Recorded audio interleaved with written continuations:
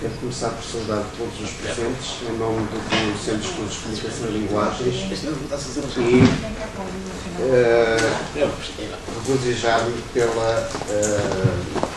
por várias coisas. Em primeiro lugar, pela realização deste Congresso de Dinâmicas Turísticas e que culmina e fecha como produto final o projeto de investigação financiado pela Fundação para a Ciência e Tecnologia, Culturas Turísticas dos Neorresidentes em Contexto Algarvio. Este projeto é um projeto de teor consideravelmente inédito no século, que nos trouxe bastantes novidades, bastantes surpresas, além de bastantes vicissitudes, como todos os projetos, mas isso já esperamos e só podemos felicitar-nos pela sua conclusão com o pleno êxito de que este Congresso é a prova final. Eu quero agradecer também, em primeiro lugar, ao professor Dr. José Manuel Figueiredo Santos pela iniciativa do projeto, pela perseverança, pela coragem em o levar até ao fim e, finalmente, por toda a dedicação, todo o trabalho que teve e que me deu o maior prazer em colaborar. Quero agradecer também à Rita Santos, que sempre nos acompanhou e apoiou com a sua capacidade de trabalho, também com a sua perseverança e, bem assim, às pessoas que colaboraram na Comissão Executiva, nomeadamente o Ricardo Santos e o Leandro Rico, e, evidentemente, ao conjunto da Comissão Executiva e ao conjunto da Comissão Científica. Gostaria ainda de saudar uma pessoa que não pôde estar presente, que é o Sr. Diretor da Escola de Gestão Hoteleira e Turismo da Universidade do Algarve. E, finalmente, agradecer aos oradores de hoje, desta manhã, que já se encontram presentes na mesa e a quem eu vou dar a palavra, e também aos que vão falar à tarde. E para não perdermos mais tempo, eu vou dar a palavra às pessoas que vão falar agora. Em primeiro lugar, à professora doutora Miel Estabaco, que tem uma...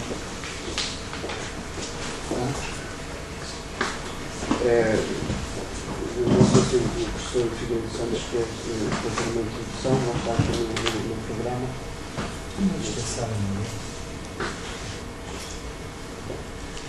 De alguma maneira, não deixaria, enfim, já que a provocação está lançada, não deixaria, de facto, de agradecer ao Centro de Estudos de Comunicação e Linguagens, portanto, quem com quem tem um cordão umbilical muito tempo através de quem tem mandado um pouco às costas, não é? E nós, os pequenos, temos que andar sempre às costas dos grandes. Eu refiro-me, nomeadamente, portanto, ao professor Bragança de Miranda, que tem sido o meu mestre sempre, que, obviamente, em Feliz Hora me convidou para pertencer ao Centro de Estudos de Comunicação e Linguagens, o que me gratifica imenso. Aliás, este projeto parte um pouco de uma iniciativa conjunta, que ele teve, de facto, aqui um mérito muito especial da provocação. Partilhamos aqui este tipo de preocupações e, claro, que as questões foram ganhando e foram ganhando forma. Naturalmente, sinto-me particularmente grato pela presença de todos os oradores que nós convidamos e que estão connosco para debater estas questões de máximo interesse, não só para a vida da região, como também para a vida do país. E naturalmente, que não gostaria de fechar este meu pequeno e simples introito, se seja tendencioso, agradecendo a duas pessoas que conheci, digamos, uma no início do próprio projeto, que tem acompanhado ao longo, enfim, de todo este tempo, as preocupações, os desânimos, sobretudo, tem sido a Rita Gomes, e quem agradeço, de facto, imenso todo o apoio que tem dado. Naturalmente, o professor Fernando Cascais, com quem, a partir de um determinado momento, enfim, porque impressões por força da sua comissão, diretor do Centro de Estudos de Comunicação em Milagres, foi também, enfim, para mim uma alçada de ar fresco, porque vinha cheio de dicas, cheio de força, procurou, de facto, impulsionar o projeto que estava praticamente numa fase de amadurecimento final, mas foi uma alçada de ar fresco. Então agradeço, de facto, e quero dizer que, de facto, me sinto muito dividido entre aquilo que é o meu cordão umbilical e a universidade onde exerço a minha atividade, portanto, a Universidade do Algarve. Muito obrigado a todos. Obrigado. Vamos passar então aos oradores, começando pela professora doutora Maria Augusta Abado, com uma comunicação sobre o tempo e o espaço da viagem. Muito obrigada, bom dia a todos. Eu queria dizer que vou estar à vontade porque vou meter a mão em seara alheia. Esta não é de toda a minha área de investigação, mas enfim, fiz algumas incursões sobre o tema da viagem e foi esse que chamei para título desta comunicação, embora a comunicação não seja unicamente sobre a viagem. Eu vou ler porque é sempre mais rápido e mais estruturado, peço desculpa, e começaria por uma advertência que penso a situação político-económica, a conjuntura que vivemos exige e que me permitirá contextualizar a minha comunicação. E nesse sentido considero que vem a propósito lembrar nestes tempos que atravessamos como o biopoder se determina imperceptivelmente na lógica da mobilidade, articulando-a e subjugando ao trabalho e à sua escassez, à redução das oportunidades de emprego numa sociedade onde o papel do Estado de Providência parece estar em vias de extinção sob o manto diáfano do neoliberalismo. Numa sociedade onde a mobilidade é apregoada como uma livre escolha, ocultando-se assim a sua verdadeira natureza enquanto destino imposto ou condenação. Vem, pois, a propósito falar de migrações, já que elas são nas nossas sociedades contemporâneas e a partir da industrialização o sintoma visível de um vasto fenómeno socioeconómico-político que tem efeitos sobre a população do planeta. Falar de fluxos migratórios é focar o movimento coletivo e urge salientar de que causa ele é sintoma, de que cesura ele é fluxo. É tendo como pano de fundo o conceito de migração, se não mesmo sob o peso de uma intimação à emigração de que fomos ou somos objeto e a que estivemos ou estamos sujeitos, que este Congresso nos interpela e que me proponho falar da figura da viagem. Tal cenário não é despiciando. A política portuguesa, moldada pela política europeia, apostou na conversão do território nacional num lugar de turismo, num território de passagem, de acolhimento, etc. Sucede, porém, que o país assim arquitetado expulsa agora os seus habitantes, compelidos que estão a irem procurar lá fora o que se lhes veda cá dentro: trabalho e condições de vida. O questionamento sobre a ruptura que se instala entre estes dois tipos de mobilidade é urgente. Turismo e ou migração, questão que eu coloco como decisiva e que se veio a revelar num curto espaço de tempo como um problema público.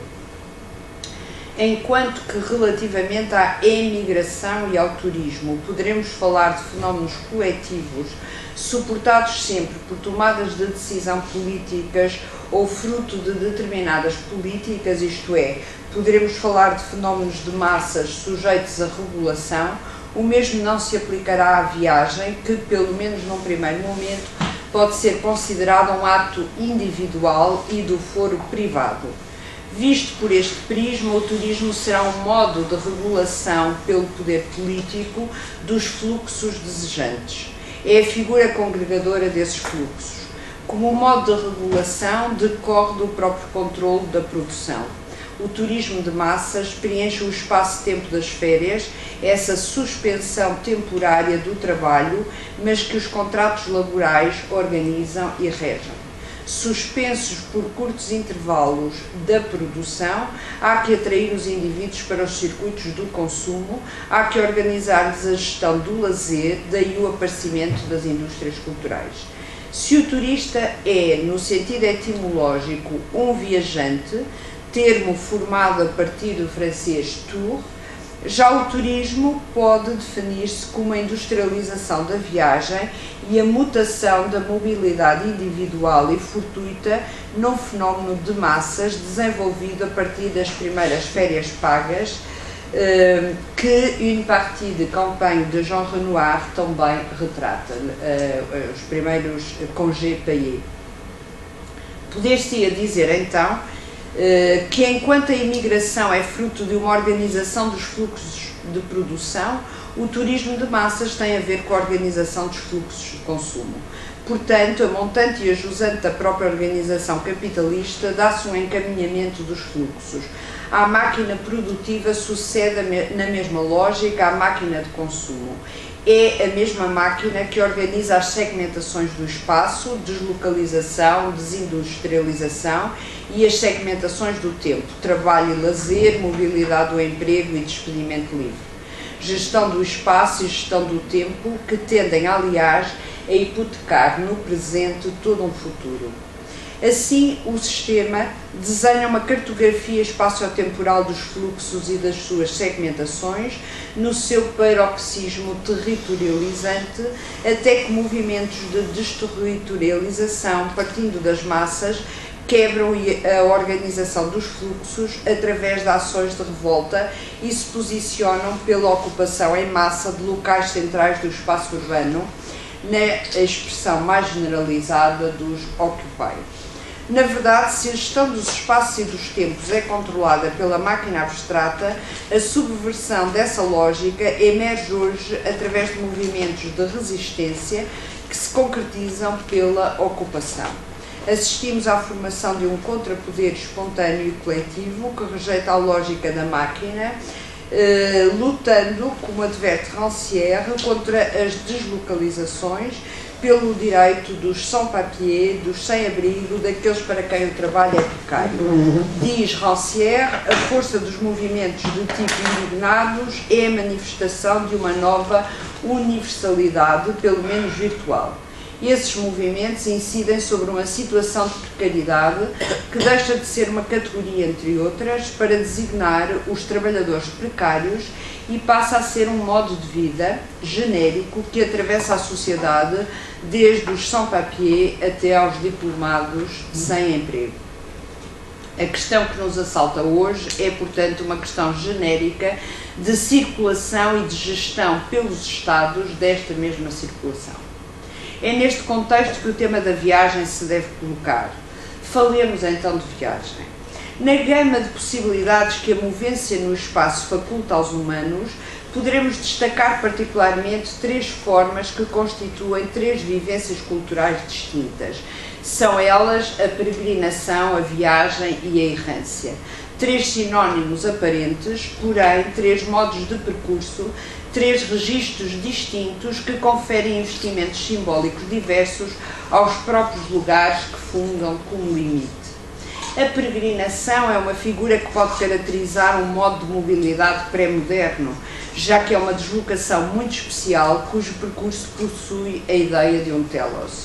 Na peregrinação, a finalidade última da deslocação é a chegada, e nesse movimento como que a transformação do próprio sujeito peregrino. Na peregrinação há motivações e finalidades, há uma transcendência do caminhar relativamente ao caminho. O caminhar faz-se numa direção pré-estabelecida que opera a coincidência entre a carga simbólica do lugar com a metamorfose operada no sujeito pelo seu próprio percurso até esse lugar. A peregrinação tem ainda uma componente coletiva que instaura um movimento centrípeto e faz do local de chegada o lugar sagrado. A sacralidade do lugar advém como sentido investido pelo peregrino e é um movimento convergente e coletivo. Os lugares de peregrinação são sempre lugares de chegada, instaurados pela vivência comum desse lugar, reinvestindo o percurso de uma finalidade, de um sentido em excesso, daí a sua transcendência. Ora, a viagem é a figura da deslocação dessacralizada, em que o percurso mantém o lugar como limite, mas este deixa de ser investido de um sentido transcendente. A viagem, quer seja de rotina, quer seja excepcional, guarda uma lógica da finitude, assim como uma marca individuante. Liga dois pontos, estabelece uma carta, tem um começo e um fim, mas a sua finalidade a existir será sempre mais da ordem da transitividade do que da transcendência. A modernidade escolheu a viagem como figura da mobilidade, apagando a peregrinação. Unindo espaços mais ou menos distantes, a viagem torna-se cada vez mais próxima pela velocidade de deslocamento possível hoje em dia. Mas ela é também, paralelamente, um movimento no tempo, a expressão mesma da duração da própria mobilidade. Se a viagem como figura da descoberta do outro e de lugares outros parece ter preenchido a forma moderna de entender o mundo, as viagens que deram origem às descobertas do Novo Mundo são disso exemplo. Ela tornou-se para os românticos a própria experiência do exótico, a descoberta do outro e a procura de si mesmo. Exótico significa estranho, aquilo que não pertence à nossa civilização, o potencial a descobrir de toda a civilização outra. É que a problemática do estranho e do próprio, ao rebater-se numa cartografia do mundo, não faz mais do que projetar essa unheimliche ou inquietante estranheza de si. Viajar para o Oriente do Ser poderia ser o lema de todos aqueles artistas e escritores que no princípio do século passado viajaram para os países asiáticos fazendo a sua própria busca interior. Por outro lado, a viagem como trajeto entre dois pontos coincide com a narrativa como percurso entre um antes e um depois. Por isso, a narrativa de viagem colou tão bem ao percurso no espaço e ao seu próprio relato, o percurso no tempo. Na verdade, qualquer viagem é narrativa, como qualquer narrativa é, no fundo, uma narrativa de viagem, com um princípio, um acontecimento e um desenlace. Se de uma viagem se espera sempre o acontecimento inesperado, a aventura, também é certo que a viagem exige regresso, retorno ao ponto de partida. A narrativa de viagem, percorrendo e organizando uma temporalidade que lhe é intrínseca, rebate o acontecimento no sentido, rebate o ailleurs no regresso. Se existe esse lado imprevisível do acontecimento, existe também um desfecho, uma espécie de objetivo último do trajeto. A chegada enclausura o espaço da viagem e enclausura o próprio tempo da narrativa. Na ideia que dela faz o ocidental, qualquer viagem contém sempre uma partida e uma chegada, ou por outra, uma partida, uma chegada e um regresso. Há ainda um termo para designar uma outra mobilidade, esta permanente, e que difere ela ainda da viagem, é a errância. A pós-modernidade inebriou-se de errância, por oposição às viagens das descobertas, com destino ao novo mundo, a pós-modernidade pratica a errância, sem origem nem destino, sem traçado. Uma prefiguração da errância pode ser encontrada na flânerie, praticada no princípio do século passado pela figura do dandy. A flânerie é o movimento do desapego do coletivo no interior do próprio coletivo. Pois flâner, para o grande poeta que foi Charles Baudelaire, É uma imersão nessa imensidão anónima constituída pela multidão das grandes cidades.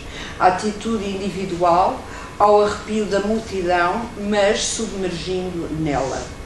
Atitude que é entendida por Walter Benjamin como uma espécie de protesto contra o ritmo de vida unicamente orientado para a produção. Fim de citação. A Flannery diz já esse contrafluxo, esse movimento a contracorrente que traça um percurso outro num tempo que não está sincopado pela lógica do trabalho. Poder-se até ligar a errância a um sintoma que a psiquiatria do século XIX, com Charcot, identifica como uma epidemia e que é o automatismo ambulatório. Na verdade, no final do século XIX e início do século XX, refere Garret, produz-se uma estranha medicalização do fenómeno da vagabundagem, que se torna um facto patológico inscrito no quadro mais geral de uma tarefa de normalização das condutas sociais e de repressão acrescida das aberrações e desvios sociais. Fim de citação. Uma espécie de compulsão de certos indivíduos à não formatação espaço-temporal que a industrialização vem trazer. Estes sujeitos são identificados como portadores de uma patologia de tipo psicológico que foge ao controlo social. Do mesmo modo, a perspectiva sociopolítica encontra hoje uma categoria de mobilidade desregulada e que é justamente denominada pela negativa. São os sem-abrigo ou, na terminologia francesa, os SDF, são conhecidos pela sigla SDF, sem domicílio fixo, condenados à instabilidade sem tréguas, à repetição, ao recomeço constante de um périplo sem princípio nem fim, porque excluídos da lógica do trabalho e do emprego, são excluídos sociais. É neste xadrez complexo, neste desdobramento de figuras que coexistem, apesar das suas raízes estarem dissociadas no tempo, que nos cabe pensar uma outra dimensão da viagem, aquela que constitui a figura central da deslocação em massa, subordinada ao lazer. Lazer, ele próprio já distinto do ócio romano, como estado e atitude de vida.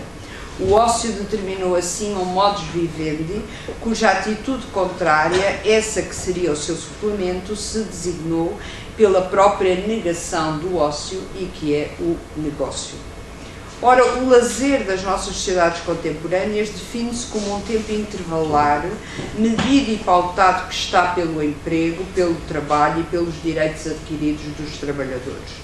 O turismo de massas é o resultado de uma industrialização da viagem, o resultado de uma transformação imaterial que modifica a deslocação espacial e o tempo de férias num produto comercializável. Aí estão as agências de viagem como operadores de migrações sazonais, propondo destinos, orientando os fluxos, promovendo lugares e formas novas de experiência. Mas, enquanto que a viagem do romântico solitário era o próprio tempo e lugar de uma experiência interior, de confronto com o estranho, o outro, se não mesmo uma atitude de revolta contra o status quo, na viagem turística, como diz Zygmunt Bauman, e cito, o estranho está domesticado, já não apavora e o horror faz parte de um pacote comprado com garantias. Fim de citação. Aquilo que, segundo Bauman, caracteriza a sociedade em que o turismo se generalizou é a sua estetização. Efetivamente, a viagem turística deixou de lado o universo da ética e dos comportamentos que a peregrinação também corporalizou para um mundo estetizado, como ele lhe chama.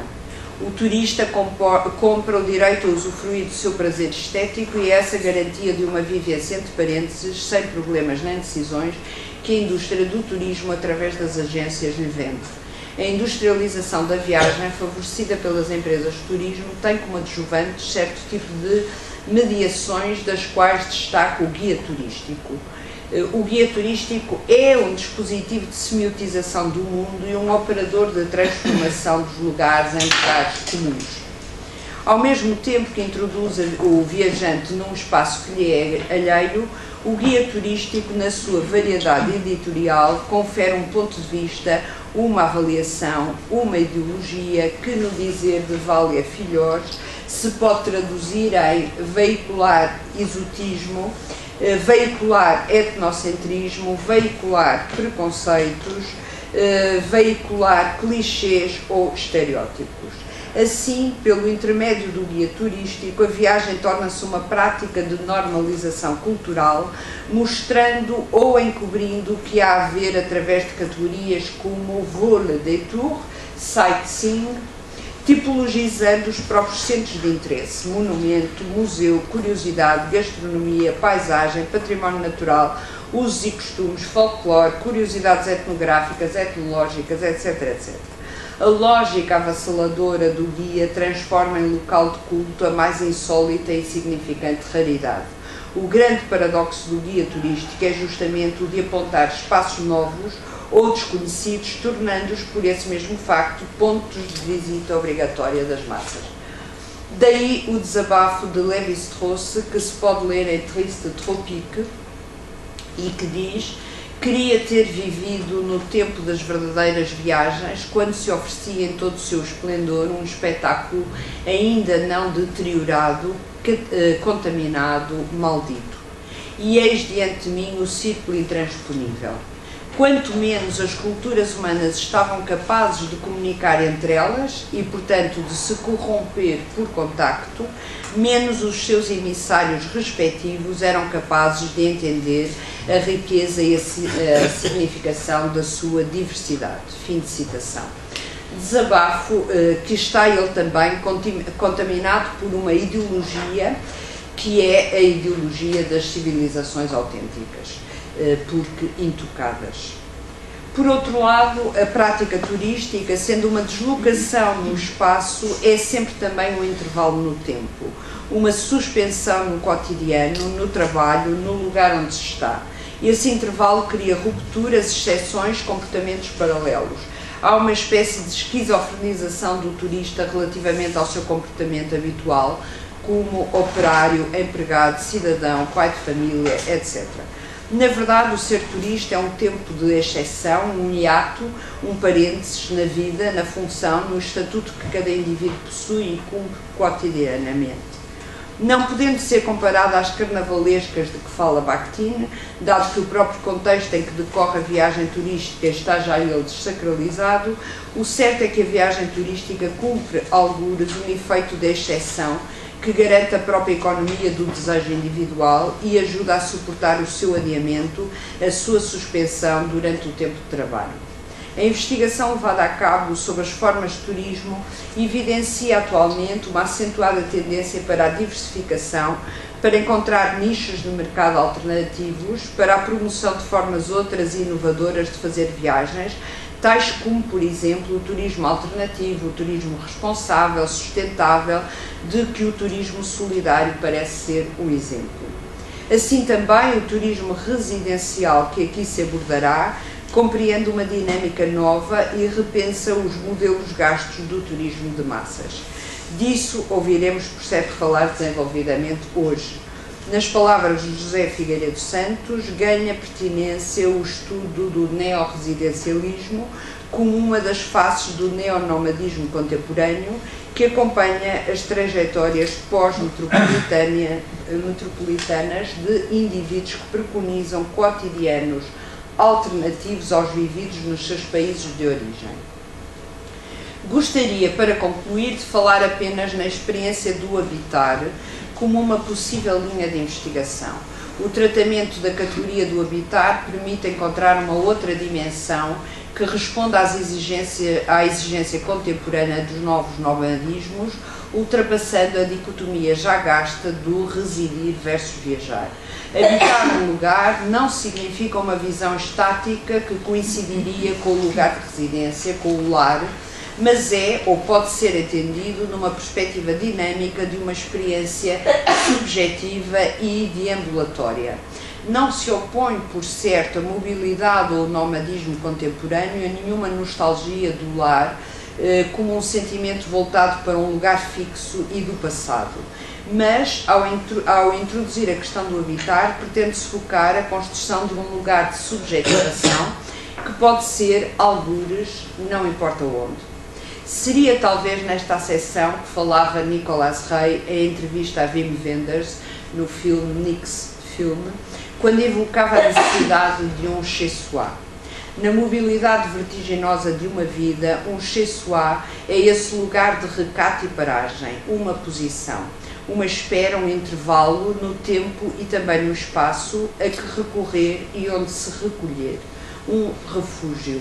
O refúgio ou abrigo estabelece uma fronteira entre um dentro habitável e um fora vulnerável. Existem certas configurações próprias a esses lugares que formam o habitáculo do sujeito, uma posição na deriva espaço-temporal. Por seu lado ainda, o chez soi não precisa de ser um lugar físico a que corresponda a um espaço funcional. Ele é um lugar investido de uma carga afecional.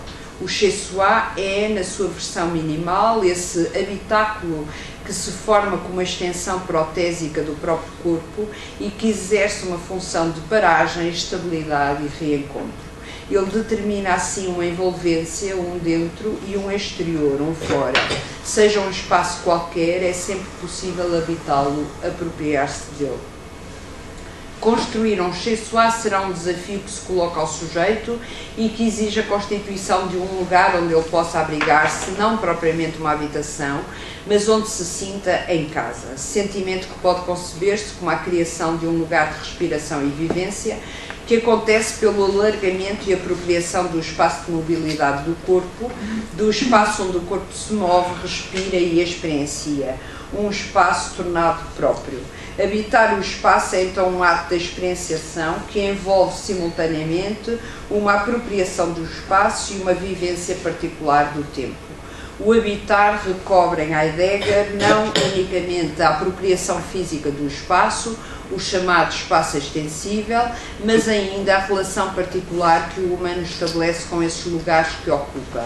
Habitar é, em suma, para Heidegger, uma forma de estar, de viver sobre a Terra, uma ecologia do próprio. Os lugares tornam-se moradas do humano, embora não necessariamente moradias. Habitar será, assim, uma experiência que consiste em apoderar-se dos espaços para poder percorrê-los. Ora, esta ocupação, esta dilatação englobante que o corpo executa no espaço e que o sujeito, como totalidade intencional, preenche, define o habitar como categoria de subjetivação do espaço físico que é, para todo sujeito, exterior e alheio. Voltemos ao chez soi. Onde quer que seja, é sempre uma forma de estar, uma ocupação subjetivante do espaço, uma apropriação da ordem da conferição de sentido que transmuta o espaço em lugar. Na vertigem dos fluxos que a contemporaneidade nos impõe, só pode ser este, talvez, o sentido individuante da viagem. Muito obrigada.